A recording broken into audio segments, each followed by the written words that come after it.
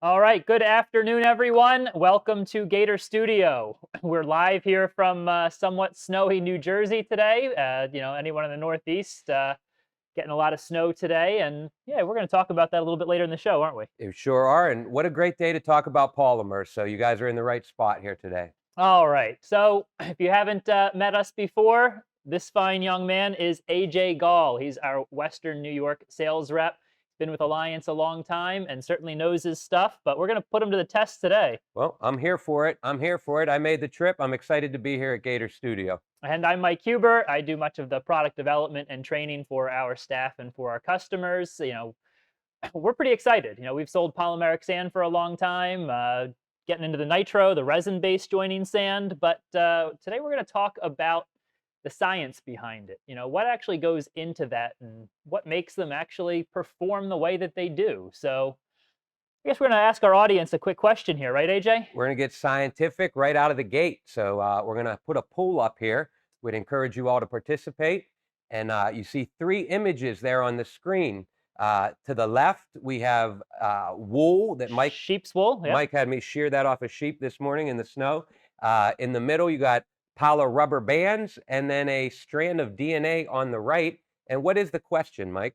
Well, which one of those is a polymer?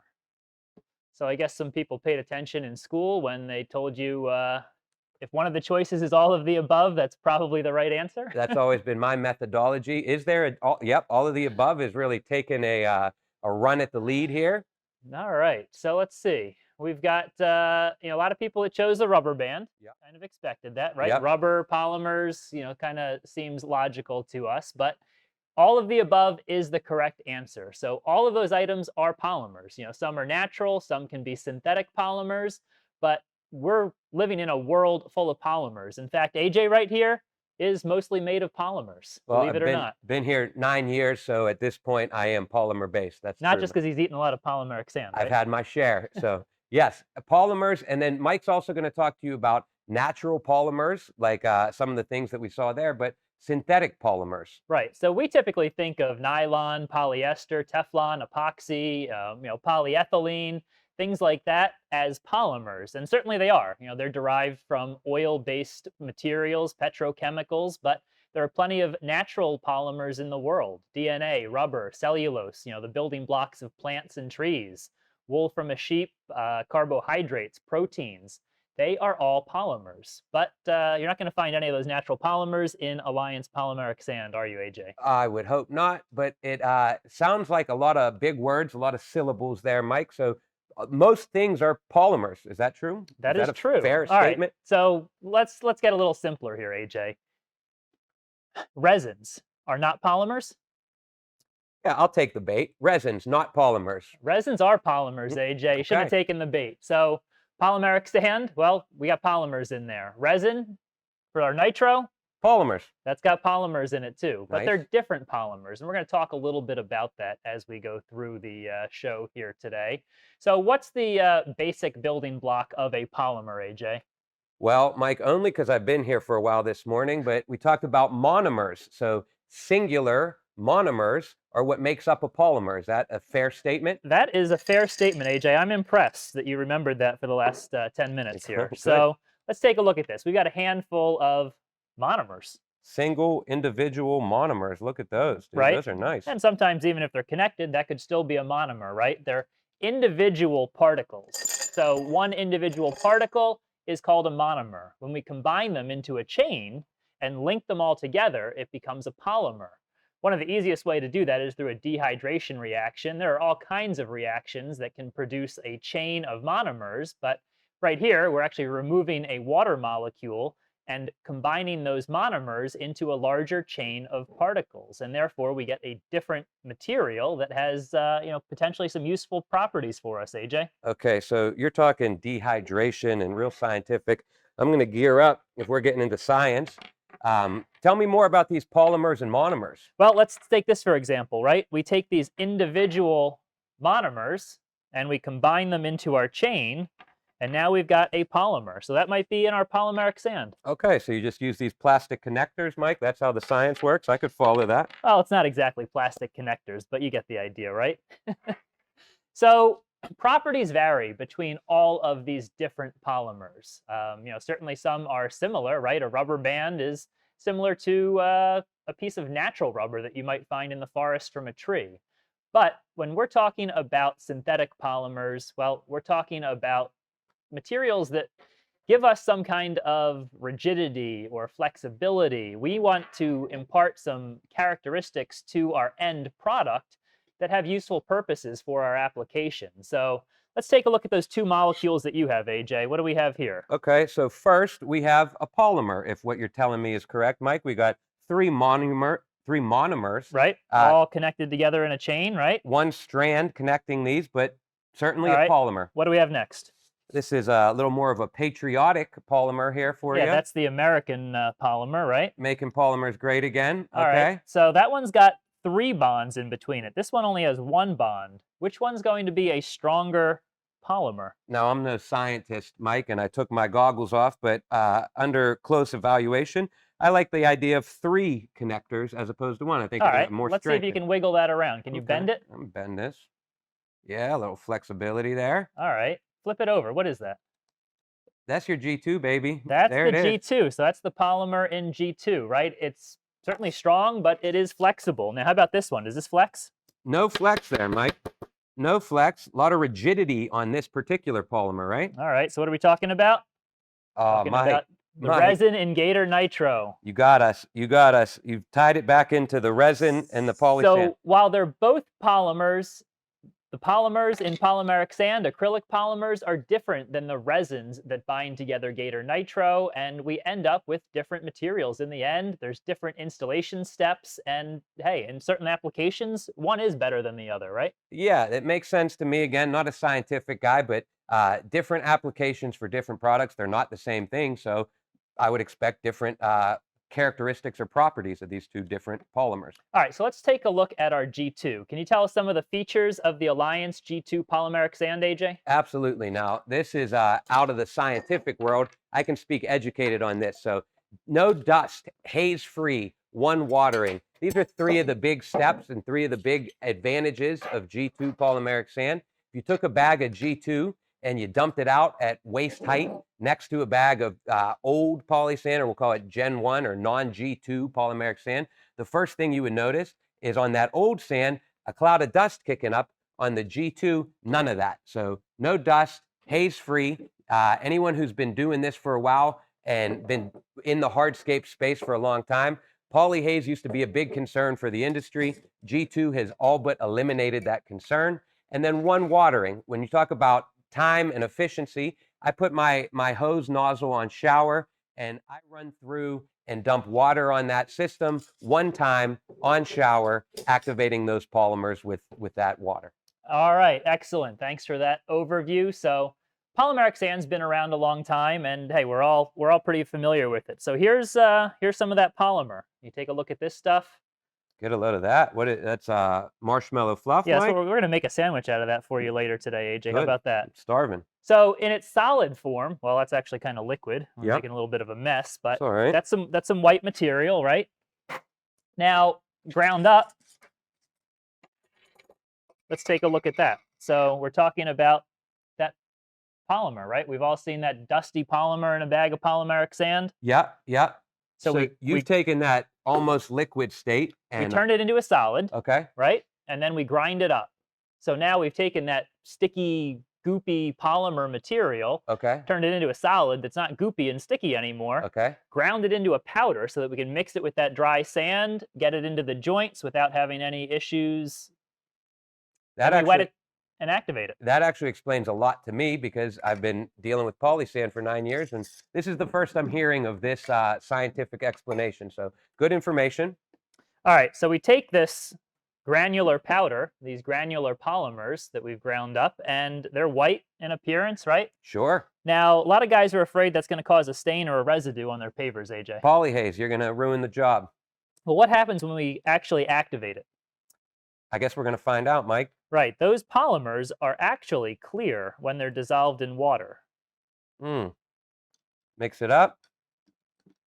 So, Mike, as you mix those polymers, you're telling me that under a condition of that polymeric sand, that we mix that polymer in with the sand, activated with moisture, kind of clears it out for us. Yep, exactly. Turns it into a liquid state, and those polymers are clear when they're dissolved in water. You could drink that, You right, can see Mike? it clearing up as we go. There's still a little bit of particulate matter in there, but it's clearing. It was cloudy, it was hazy when we first mixed it in there. Now it is clearing up, and we actually have a couple little samples. We poured some of this out the other day, and you're not going to be able to see much there. You can see a tiny Translucent. little bit, but it is very clear when it dries. Well, I'm glad because I just told all these guys that we're not going to haze their projects, right? So So that now we've bodes got well. clear glue binding together all of those sand particles, right? So now the nice vibrant colors come through. We're not causing any hazing or staining. If there is any residue on the surface, though, well, inevitably there's going to be some of this acrylic polymer on the surface that can glue down particles. So if you leave dust or dirt behind on your pavers before you activate your polymeric sand, well, sure, you can glue that down to the surface and cause an issue. So you want to just, the professional tip there is before you're watering your polymeric sand, you're making sure everything is finally cleaned off with either a soft bristle broom or even a blower. Yep. So that's the idea behind polymeric sand, right? That dry powdered glue, that polymer mixed with that aggregate, nice and easy to get into those joints. Next, we're going to talk about nitro, which is our air-cured resin-based joining sand. So can you give us a run through on those features and benefits of nitro, AJ? Yeah, so now I'm starting to understand polymers a little bit, and but this is a different product. So this is our nitro sand, resin-based. As Mike explained to us here this morning, we have resin is a polymer, but some of the advantages of nitro: strength top to bottom. That sounds like an advantage to me. Rain or shine, that is the single biggest advantage for me in my market in Western New York. We need something like that. And permeable. So any of you guys who are following the industry trends and building on a permeable base or a hybrid permeable base, you've got a system that can take water. Feel free to put a joint material in there that's also permeable to allow that system to work the way you intended it to. All right. So let's take a look at that resin, which is also a polymer, right, AJ? Absolutely. All right. So this resin for nitro, well, let's get a good camera angle on here for you. It's There you go. kind of what goopy, Goopy floppy, is the scientific word, yes. viscous. High in viscosity, yes. All right. So that is the resin. So in the factory, we are pre-mixing that resin, that polymer glue, with the aggregate. Once it's exposed to oxygen, it starts to harden up. So we take some extra effort in packaging that to make sure the air doesn't get to it before you have it out on the job site. But what does that mean for the material? It's a little bit thicker in consistency than polymeric sand, right? Right off the bat, if you take that mixed with a sand material, compare that to that dry particle that you had mixed in with the sand particle, loose, dry granulars of sand, I would assume are going to go in fairly easily to a joint, where something like that with the high viscosity, that's probably going to take a lot of pushing around and Yeah, it's a moving little around. stickier, a little bit gummier, Yeah. so that's that. But when it hardens up, look at that, AJ. What do you got there? An ice cube there, Mike. What? Not an ice cube. That's resin. That's sticky, That brother. is a chunk of resin, right? So that's the resin in Gator Nitro. It is going to glue and bond everything together. It gives you that strength from top to bottom. It's a chemical cure, but we actually made a pretty cool block of it. Absolutely, and that's a rigid material to say the least, Yeah, and sticky as well. didn't fully cure yet. Not yet, but it's getting there. So you've got the resin there, two states, right? One is high viscous liquid state, and one is a solid state. So you're telling me something happened in between those two states to turn that liquid to a solid, right? Right, that's what we're going for with both nitro and polymeric sand. We're taking something that, isn't hard to begin with, and we're turning it into a hard, cohesive joint material that's going to resist weeds, erosion, and burrowing insects. So, real quick, AJ. Yep. More science. More science. Do I need my goggles? You better get your goggles out. Put them back You got on. those goggles? I'm ready. All right, so what do we have here? Well, we've got something that is, pretty clearly a liquid, right? That's You liquid. I'll believe give you that. I'll give you that. Yeah, so we've got a liquid material here. But if we take this same liquid and we squirt it into our water here, if I can get some out here. Here it comes. I got to take the cap off. That would be a little better. All right, you're putting liquid in liquid, Mike, if I'm not mistaken. Right, liquid in liquid, but sometimes you can have a reaction occur when you're putting a certain liquid together with a different liquid. I'll take your So word on that, Mike, because I don't know anything about wood. You what look we at have that. now is something that's turned into a solid, Huh. right? Okay. And that's exactly what we're doing with polymeric sand and with nitro, right? We're taking that polymer, whether it's acrylic polymer in polymeric sand or the resin polymer in nitro, and they're undergoing a change. So polymeric sands change from that water activation and a drying process. Nitro changes through a reaction with oxygen in the air, and they turn into a hard, cohesive, durable joint material. Mike promised you science. That sounds like science to me. So, All right. So what we're going to do now is kind of run through how you would install polymeric sand. Just a refresher for everybody out there. We'll talk a little bit about the nitro install and do a demo for you. And then we're going to come back and actually compare applications. You know, when would you be better off with nitro? When would you be better off with polymeric sand? out of the scientific lab and into the real world applications, right, Mike? Yep. Hey, science is great, but in the end, we just care about making it work on the job site, right? I agree. So, in talking about poly sand, at this point, anyone who's here with us at Gator Studio today, you probably heard some of this, but we don't want to beat a dead horse, but we do want to continue to relay this message. We want this to become like ingrained in your memory for whether it's new guys that are installing or if you have guys who are your poly sand guys or your finishers on the job site. So, when we're sweeping poly sand in, the first thing you'll notice, poly sand comes in a 50-pound bag. So that's a nice bag of G2 polymeric sand there. And you can see that material coming out of the bag, loose, dry, granular sand. The polymers are mixed in there. They're well blended. You know, they don't separate over time. You don't have to shake that bag up, get it ready to dump out. You know, it's ready to go. The polymers are in there. Simply sweep it into those joints and get ready to compact. Okay, so compact, Mike, that's a little bit controversial. I know a lot of guys who don't like to compact. Well, it So, shouldn't be controversial. If you okay, don't compact, your polymeric sand's not going to work right, AJ. yeah. And so this guy brought his compactor. Isn't he going to ding up those beautiful pavers? Not with that roller compactor. It's a great tool. You can, you know, pretty much compact anything with that roller compactor. Porcelain tile, natural stone, wet cast slabs. It's going to give you great vibration and consolidation of those joints without too much violent impact from a vibratory plate compactor. And while I hear from a lot of guys in the industry, well, we never had a problem before, I never compacted before, the reality is Alliance has done our homework and we find that without that compaction step, your joint is void of polymers or sand to 30 to 50% of that joint. So you've got a lot of airspace in there. We've got a 15-year warranty on that G2 product. In order to reach that 15 years, Mike, you're going to need it densely compacted polysand in that joint. Right, think about it. If you don't compact, sure, you'll get away with it on most jobs. But if you have some challenging conditions, whether it's excessive moisture or shade on the north side of a house, well, once the conditions are just a little bit too challenging, well, you didn't compact your polymeric sand. It's not as strong and water resistant as it should be, and therefore it's going to suffer.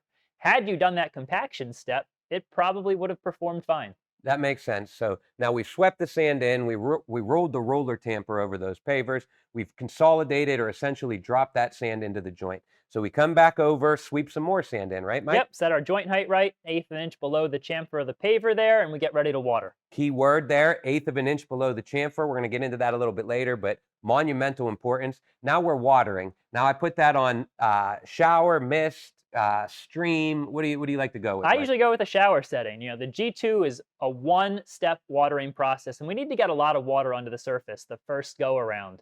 G2 has rapid set technology, which makes it rain safe very quickly, you know, within 15 minutes, sometimes within 2 or 3 minutes. So it is going to repel successive, well, you know, successive waterings after a couple minutes. Okay, so soak it down, Mike. Yep, Would it be a fair statement to say that we see more underwatering than we see overwatering in terms of the calls we get? definitely. You know, if you underwater, you're going to end up with a thin crust. You know, that polymeric sand is not going to harden up top to bottom. It never does. But we need to get that water down, say, an inch, inch and a half, to make sure that we get a nice, thick, durable, resilient crust on that polymeric sand, allow it to harden up and perform the way it's supposed to.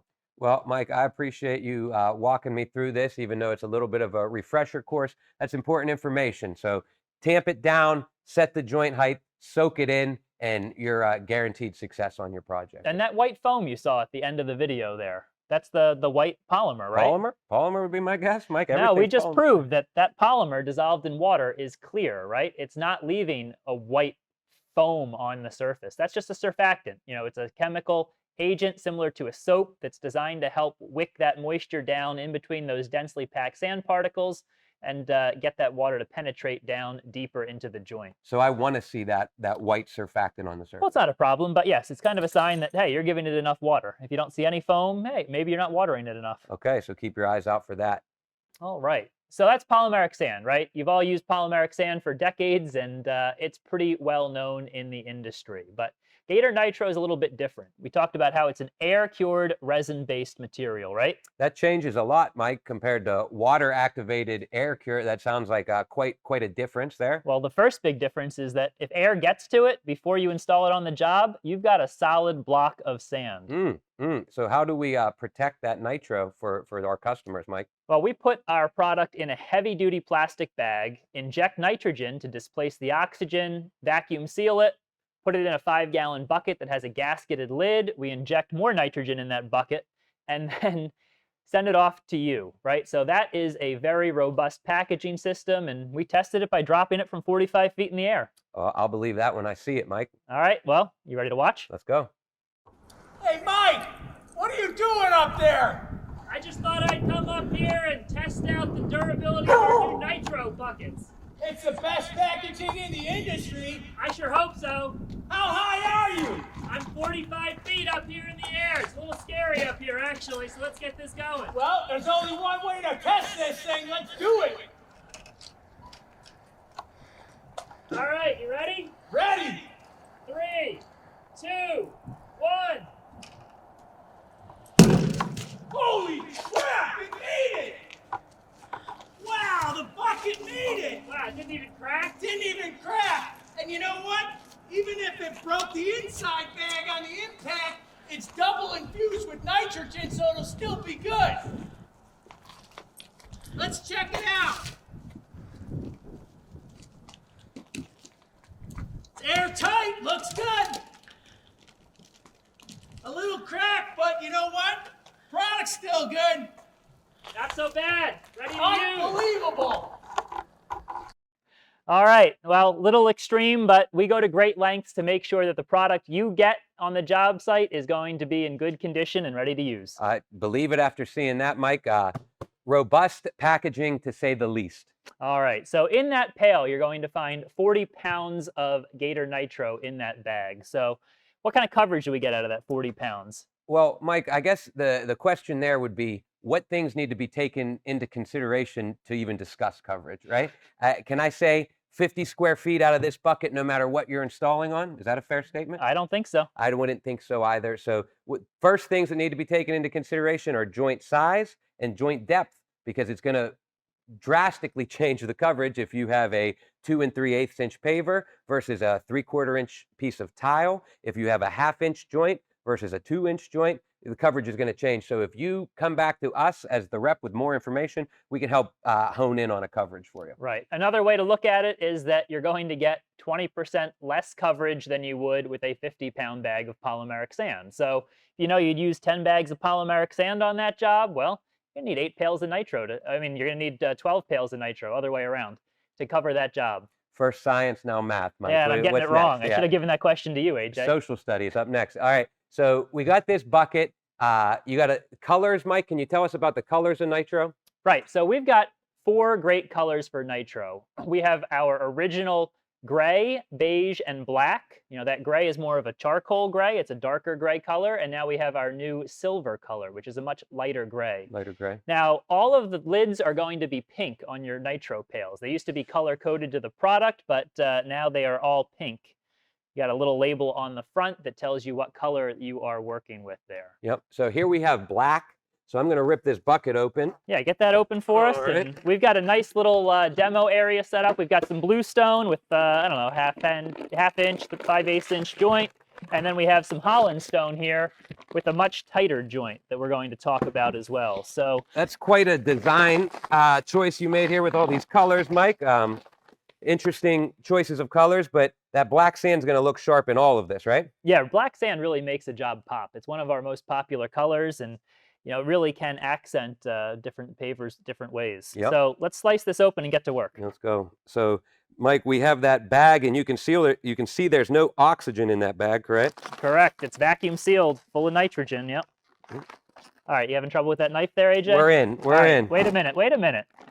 You gonna slice that open and dump it out on dry pavers? I was going to, Mike, but apparently I'm not going to. All right, we showed you that resin, right? That sticky resin. Yeah, That wants to bond to a dry paver. that's true. That's true. So I got this ripped open. Mike, you want to start wetting it down for me? Yep. Fortunately for us, that resin is hydrophobic. That means it's afraid of water, right, AJ? That sounds good to me. So more scientific terms, but afraid of water. So what I hear is if this is wet down and you got the surface saturated, we should be safe to dump this otherwise sticky resin on the surface. That's right. So that sticky resin is going to be repelled by the film of water on the surface, and it isn't going to stain or glue itself to the surface. Now, you want to wet down seat walls, foundation of the house, the furniture, anything that's in the way that might get splashed with some nitro and nitro resin.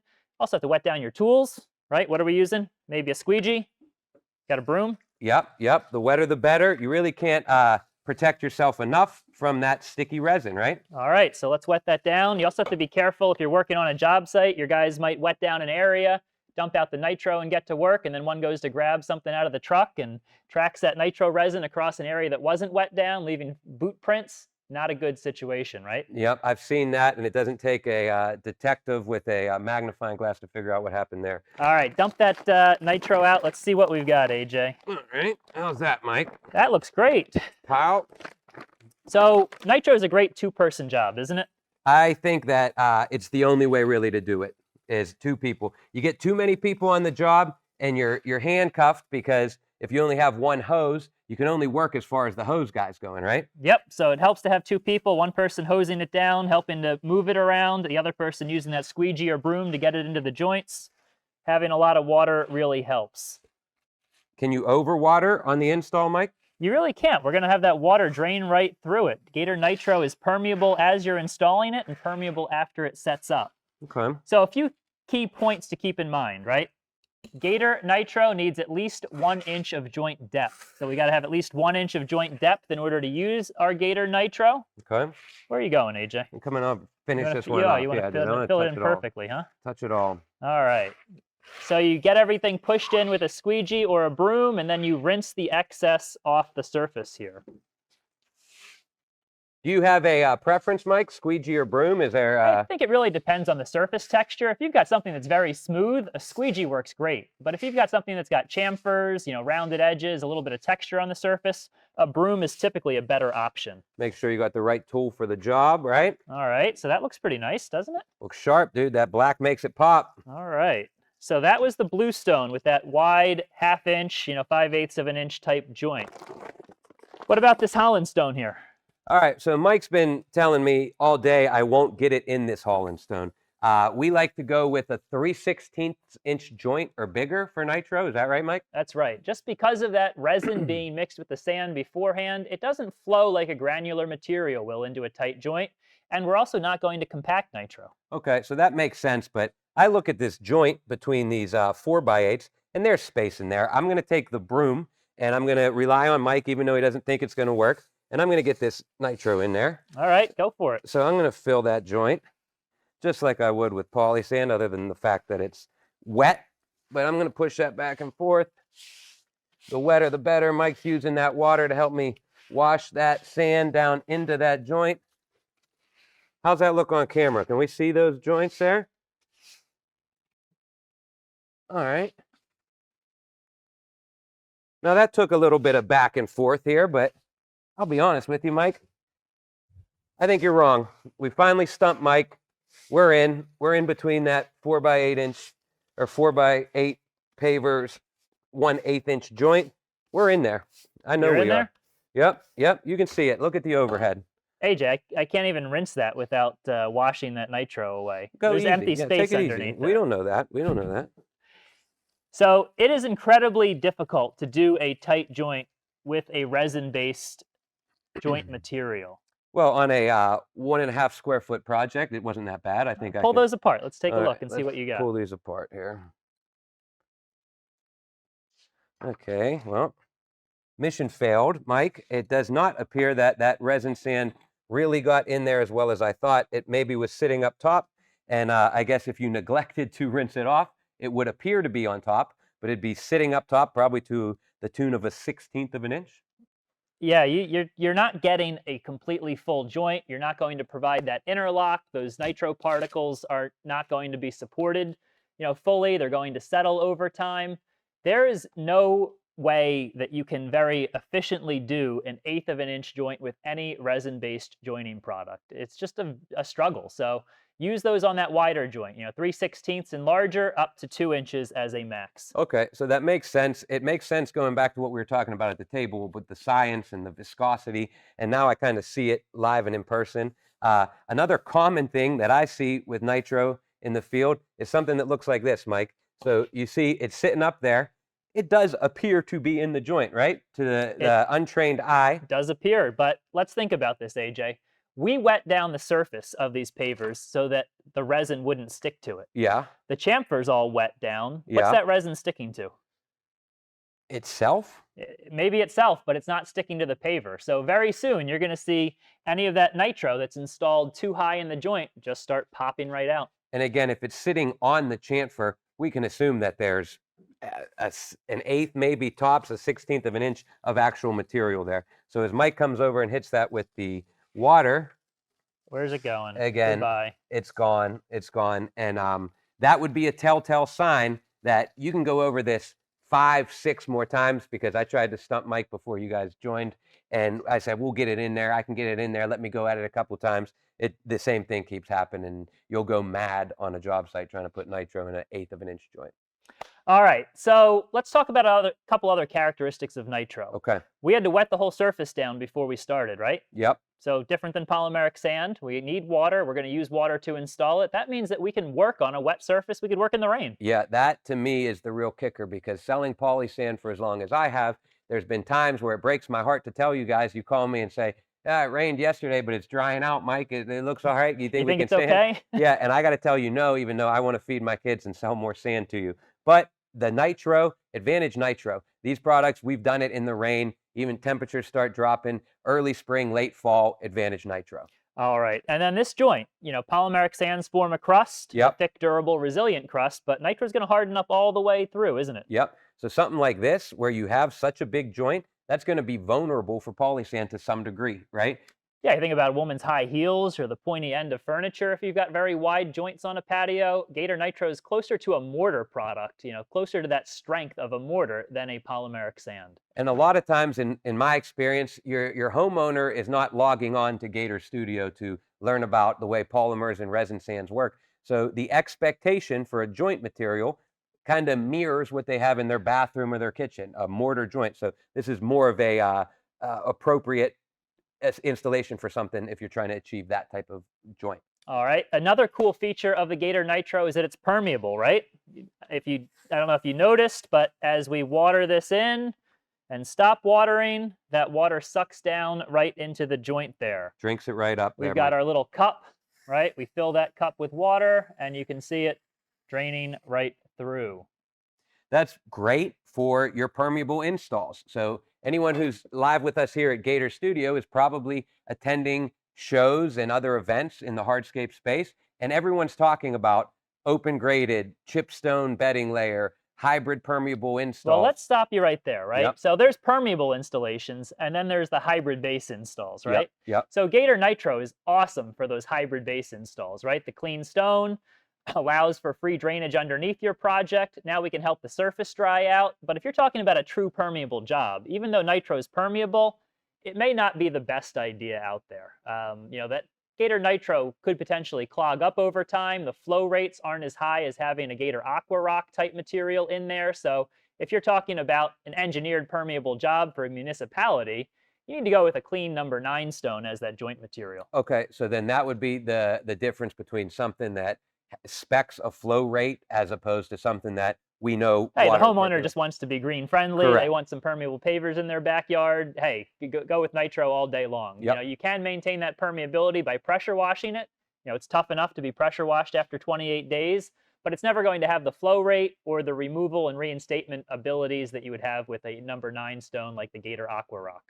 All right, Mike. So we talked about rain or shine, which is my favorite thing. Permeability, which is pertinent to what the industry is talking Yeah, about. that strength top to bottom, you know, closer to a mortar joint, that rigidity that a lot of guys really like. You know, it doesn't soften up when it gets wet. It gets hard and it stays hard. Okay, so I guess for anybody who wants to jump on the nitro train and leave poly sand in the rear view mirror, this is really one of the problems, right? These 4x8s or these pavers with less than that 3/16 inch joint. I'm not going to be able to get nitro in there, so there's still going to be place in my job where I'm going to be using polymeric sand. Yeah, I certainly agree. I mean, there's a lot of 6x6 and 6x9s out there, Holland stone, tight jointed pavers, where polymeric sands really are going to be the best option. So you got all this nitro left over. What are you going to do with it? Throw it out? Well, I don't pay for this stuff. My boss does, so I'm not particularly concerned. But if you are the boss, you might want to get a little more bang for your buck. I would scoop this nitro up, throw it right there in the bucket. Mike, I'm going to get every last drop of this nitro in that bucket. Yeah, AJ's available to excavate any of your projects using that trowel. That's right. That's right. Work harder, not smarter, I believe is the thing. But we can put that back in the bucket. We cover it with water, and that water prevents oxygen from getting to it, preserving that Gator Nitro for use on your next job. You know, it's going to last for a good 4 to 6 weeks so that you can reuse that on another project. Okay, so submerge it in water, lid back on the bucket, back to the shop with this, and we can use this on the next job. Yep, exactly. That's a win. That's a win, Mike. All right, so we're going to kind of send you off here with a little summary of what we just talked about with the Gator Nitro, and then we are going to jump back to our other studio area and talk about different times when you might want to choose polymeric sand over nitro or vice versa. Let's keep the fun going, guys.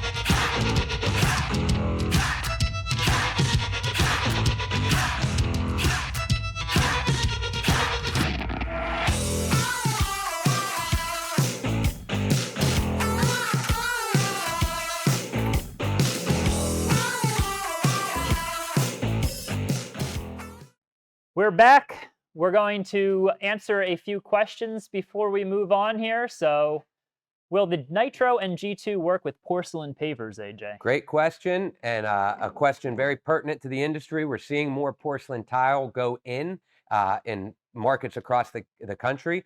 But my expertise, and I'll let Mike, because you're the real expert, elaborate on this. I'm nitro 100% of the time on porcelain tile. Right. So there are many challenges with porcelain tile. One is that it's effectively impermeable, right? So any moisture working its way in or out of that system from the surface is going through that joint. Tends to make polymeric sand suffer. The other problem is movement, right? Tile are unstable. There's no interlock. There's no spacer bars. They're thin and large format. So we do recommend nitro for porcelain tile if it's done with the Gator tile system, right? Gator base and spacers with our XP adhesive that provides alignment and stability for your project. So But that stability, not to cut you off, Mike, that stability is key, right? Because if you have movement in that system, nitro is going to have a problem as well. But the other aspect of that is that tile is commonly 3/4 inch thick. So if we're telling you put the poly sand in there and set that little bit of reveal, you're not going to have much poly sand in those tile joints anyways. Yep. So tile is a challenging material to install. We do not recommend our G2 in porcelain tile as a general rule. I was right, Mike. All right. Can you use nitro over Gator base?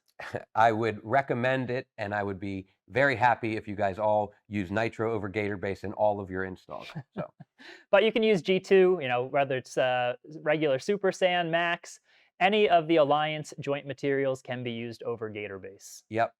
All right. Any other questions out there? Let's see. What color will brown? How long can an open bucket of nitro last covered with water? Oh, 4 to 6 weeks. 4 to 6 weeks is a safe place. Maybe it's longer, but 4 to 6 is certainly safe. Okay. What color will browned nitro sand look like in 3 years? Well, we don't have brown, Mike. We have a nice dark beige, but my guess would be nice dark beige in 3 years. Well, it's probably going to look like whatever the dirt in the area Whatever's on looks top like, of it. right? Yeah. Same thing with polymeric sand. Typically, what we see when we go out there is a dirty job that hasn't been cleaned or maintained, but the true colors are underneath. There's no dyes or colorants in any of the Alliance polymeric sands or nitro. They're all natural aggregates, so those colors should last as long as it's properly cleaned and maintained. So, Mike, if it were 3 years later and your beige nitro was starting to look like its surroundings a little bit, I guess a good idea would be to hit it with a pressure washer. Light pressure washing, kind of remove any dirt and contamination and restore that flow rate, restore the color. Bring it right Good back. to go. Bring it right back. Beautiful. All right. Can shade or lower temps prevent G2 from curing fully if installed at proper temp before nightfall?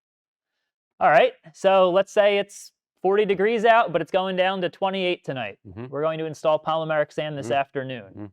All right. You get that polymeric sand in. It starts to dry out. What happens if it goes below freezing at night? Pause. The game is paused.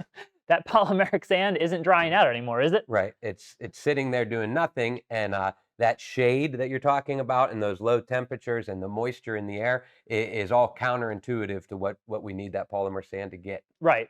Polymeric sand doesn't cure on a schedule. I can't tell you that polymeric sand is going to be cured in 8 hours or 28 hours or 3 days. It needs to dry out in order to harden up and cure. So how long does that take, AJ? It's going to be drastically contingent on your variables that we can't answer for you. So Right. That could be 2 hours in Arizona in August, but that could be 3 weeks or even a month in New England in a cooler part of the year. So it's not going to damage the polymeric sand, but it does need to dry out at some point, right? It can't stay wet for 2 months at a time. That's going to cause the polymeric sand to degrade and break down. which I've seen when guys try to squeeze it in at the end of the year and they get, by the time spring comes around, that sand's taking a beating. There's nothing, if it's not curing, it's vulnerable. So it's going to be vulnerable to water and weather and traffic and all that stuff too. So try to keep all those things that we put on the bag and that we put on the bucket, we put them there for a reason, All right. Do you advise using nitro over a concrete slab? Well, that's a question we're going to get to in just a minute, right? We are getting Perfect into that. We are segue getting into into our that. next section here. So when would you choose nitro versus a polymeric sand or vice versa? Well, in life, we make choices every day, right? We sure do, We Mike. choose one option or we choose a different option. So, AJ, you want a truck or a Corvette today? I'll take the Corvette. I'm a little guy. I think I'd look a lot cooler hopping out of that small Corvette there. All right. Well, right now in New Jersey, we're getting snow. So you going to go out and plow snow in that Corvette? How are you getting to work today? Well, I'm going to call off today in my Corvette. I'm going to pay for that Corvette, take a vacation day, and just take pictures of it and upload them to Instagram. All right. But if we went to the racetrack, you'd be in good shape, right? Yes, sir. Advantage me. I got a Corvette, Mike. You're in a Dodge Ram 1500. I'm smoking you. All right. But what if we needed to move a bulldozer? Okay, advantage Mike again. So if you got to tow something, I guess my Corvette's probably going to sit in my driveway. Right. So Nitro and Gator Max, are really the same trade-off, right? Yeah. There are certain situations where that Gator Max is going to perform better than the Nitro will, and vice versa. So That concrete overlay is one of those situations, right? If we don't have any drainage underneath, well, permeable joint material doesn't sound like a good idea, does it? Sounds like a terrible one. As much as I'd like to say, you sweep nitro in there, it's going to cure with oxygen, it's going to get rock hard. I do believe that would be the case, but it's going to cause a problem in the future because if we have concrete right on top of concrete, where's that water going to go? You got a lot of potential issues, right? We've got all that water we're using to install it. If that's not draining out, well, the nitro is not going to cure or harden up. All that water that gets in over time can cause issues with freeze-thaw movement. It can cause issues with efflorescence on the pavers. So if you're doing overlays, polymeric sand, Gator Max is definitely the winner. It is, and I would really like to also add to that. If you're doing overlays, we still have to take drainage into consideration, right, Mike? Right. We can't block off the flow of water around that outside edge with adhesive or mortar, and we need some drainage holes through that concrete. Yeah, because that would create a problem for nitro or polysand. Two different problems, but if done right, G2 Gator Max all day on your concrete overlays. All right. How about those guys that just love to install on stone duster screenings, right? Well, we don't have any of those guys on here, Mike. Those guys. There's 189 people on here. I bet 89 of them at least install on stone dust. We kicked all the stone dust guys out, but if some of you made it through and you're still here, we would tell you the industry has long past left stone dust in the rearview mirror. Stone dust doesn't drain. It's noted for it not draining. Trapping and holding moisture, breaking down and deforming over time, rutting in a driveway situation. Stone dust is a problem, and the same things that we were talking about with that concrete overlay. Lack of drainage means that nitro is not a great product for that application. But we're letting water into a base that doesn't drain. Right, and so it's not draining. So let's talk real life applications. Let's say I install the right way, Mike, but I take on a job and I explain to the homeowner, I want to pull these out, remove all your bedding layer, redo your base or whatever, and they don't want to pay for that. So I'm installing on stone dust. I personally am going to wait for a very, very dry day after some very, very dry days, which can be difficult in Western New York or anywhere really. And I'm going to go poly sand and keep my fingers crossed and hope for the best. Right. Make sure you compact it. Yep. Set that joint height properly, water it properly. Set yourself up for the best chance of success in that application. Okay, so those are reasons why we'd want to use polysand, Mike, but I'm pretty excited about this nitro along with some of these guys in here. So when would be a situation where I might want to reach for the nitro bucket instead of the bag of polysand? Well, back when we were doing that demo, you mentioned hybrid base, right? That hybrid base, the clean stone base and the chip setting bed, that's becoming so popular. More and more guys are doing it. Yeah, all the guys that I'm talking to that are on the industry trends are installing that way, and they seem to be liking it. All right, so let's take our hybrid base, and that's number 8 stone. Yep. Right? A 3/8 inch chip. Let's put polymeric sand in the joints. Let's go. I sell polysand. I want polysand. So what do you have to do with polymeric sand? You got to compact it, Mike. We've talked about this. There she goes. Where's our polymeric sand, AJ? We're going to need more, Mike. It's dropping down in there. A lot of void space in that chipstone. We are going to need more, and that's potentially a problem, right? So when we compact our polymeric sand over a number 8 chip, a 3/8 inch stone, it tends to migrate down, and it can be very difficult for it to block itself off and choke off, kind of filling up that void space and not migrating downward. So you might use, 30-40% more polymeric sand than a traditional setting bed, or you might end up having that settlement occur over time, causing a problem. So I sell polysand. I'm seeing dollar signs if you keep tamping that in there and keep dropping that sand in there. But in terms of efficiency, I don't want you guys to use a pallet of my polysand on a 400 square foot residential patio. So in terms of efficiency, let's pour some nitro and see how that works there. All right, so nitro, we know that we aren't going to do any compaction, right? Yep. That's going to harden up from top to bottom with exposure to oxygen, so it's not going to settle into that void space over time. Yep. Looks like we have a winner. Yeah, and the nitro, like we talked about when we broke it down, Mike deconstructed the nitro and showed you that high viscosity resin or whatever. It chokes itself off because of that. It's a slow moving material. As it goes down in the joint, you're watering the heck out of it, keeping it wet, squeegeeing it in, but it chokes itself off. So even if you did compact this, it's not going to drop down in there like the polysand did. All right, so let's say Nitro wins on hybrid base. We're Yep. designing a system to allow water to drain through the setting bed, through the base material, into the native soils, or through a pipe to daylight. Let's put a permeable joint material in there that is going to allow any water that sits on the surface to drain through. And hey, now the pavers are going to stay drier, less efflorescence, a better performing project all around. Yep, all around win. And again, it depends on which product you're going to reach for, depends on how this project is built. But we can talk about that all day. You could also rely on your Alliance sales reps. We've been given this information. We got to work with Mike. He drills this stuff into our head. So let us help you make the right call when it comes time to your project. Isn't your neighbor relying on you to help shovel their driveway? Not today, Mike. Not today. They are not. I'm at Gator Studio. I'm busy. So we have. That poor old lady. I know. She'll get there. So the next thing I do want to talk about, and it's important for nitro or for polysand, it doesn't matter. Whatever your joint material is, that joint height, we touched on it, but this is a perfect visual to really get in depth with that joint height. So the first thing you see here on the left, this is too high. Couple problems with this. A, it looks bad. So with the pavers, these people are paying top dollar for these high quality concrete pavers, and the whole system with the chamfer, when installed correctly, is a three-dimensional appearance because you're allowing the paver to have its natural shape when you drop the sand into that joint. When you leave it flush with the surface, this looks really bad to me. Side by side, it's even more noticeable, but I can't tell you how many times I see this. My sand, somebody else's sand, resin sand, poly sand, this is going to be a problem because foot traffic dragging over this, we're touching this.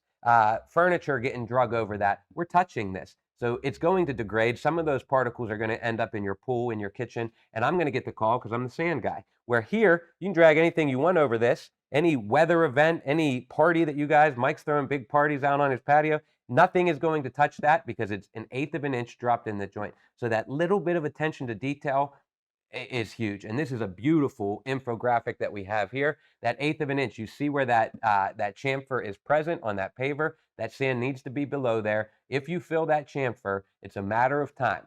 The sand in this chamfer that's too high is set up. This sand is rock hard. No one's going to tell me that sand's not set up, but it's going to be a problem.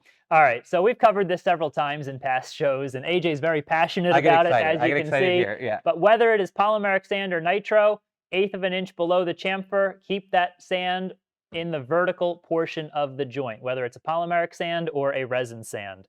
But looking at this joint here, AJ, I'm never getting nitro into this joint. We proved that at the table, right? I would have tried prior to today. I would have said, we'll get it in there, Mike. It's not going to go in there. So that's going to be a poly sand. That's going to be one of those ones that calls for a bag of poly sand as opposed to a bucket of nitro. Right. Anything that's tighter than 3/16 of an inch needs polymeric sand. You know, Okay. once you get beyond that 3/16 of an inch, something more like our example here, well, you can make your choice. Do you go polymeric sand or nitro? It's a toss-up, right? Sure. It depends on how this is built, what this is sitting on, what the time of the year that this is getting installed. All those things come into consideration. But the fact remains that that nitro or poly sand needs to be below that chamfer for the optimal performance. All right. So another consideration that you might run into when you're talking about polymeric sand versus nitro is simply the cost. Sure, right? sure. Nitro is a more advanced technology. It has more expensive base materials that go into it, you know, more expensive packaging. So the Gator Nitro is going to be a little bit more expensive than polymeric sand for the same job. And so while that is a consideration, we all have to take price of the materials on these projects into consideration. That conversation tends to go out the window early spring, late fall when we take weather into consideration. Polysand is not an option if things aren't dry. If the moisture content in the air and the pavers and they appear dry, but they're obviously not dry, and that bedding material isn't dry, and you're trying to tie these jobs up and get paid, you're going to have to reach for the bucket of nitro. Yep, you know, it's a lot less expensive to get the job done than put your guys, you know, twiddling their thumbs all day, right? Well, anyone who's ever had to go back and pressure wash out polysand and reinstall it will tell you that that price difference in nitro is absolutely worth it if you're not doing it in the right weather conditions. Right. Sure. And that weather, you know, idea is really a big feature in choosing nitro. You know, you cannot install polymeric sand when it's raining out. You can't have wet pavers. You can't have soaking wet base material. The Gator Nitro handles those situations much better. You know, you can install in the rain. We're going to wet down the surface anyway. So in terms of a little bit more flexibility with Mother Nature, the Gator Nitro is certainly the go-to choice. Okay, Mike. Well, so we did, we went into science, we went into math, we went into joint material. I think we've covered a lot. We answered some questions.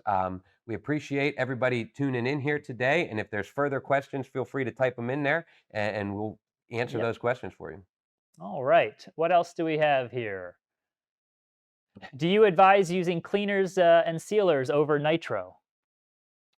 Yeah, yeah. So the one thing to take into consideration, like Mike said, was that the flow rate on nitro, if you put a sealer and that sealer goes over the surface and also goes into the surface or into that nitro, that is going to affect the rate at which water flows through it. We haven't measured the flow rates of nitro with sealer on them, but they can absolutely be cleaned with our Alliance shampoo or our efflorescence cleaner. No issues there. And they can be sealed, but it will affect the level or the rate of permeability.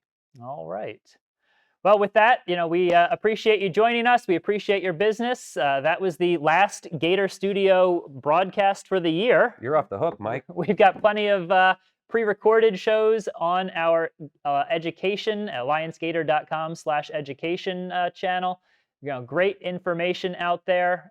Feel free to browse some past shows, shoot us any suggestions for future programming, you know, anything else that you're curious about with Alliance products or the hardscape industry in general. This is the guy to bounce your questions off of because he's got the answers, and then lean on your Alliance reps because we have access to this guy. So if we don't know the answer, I got Mike's direct cell phone line. I can call him and we'll get your answer for you. All right. Have a great day, everybody. Thank you. Thank you.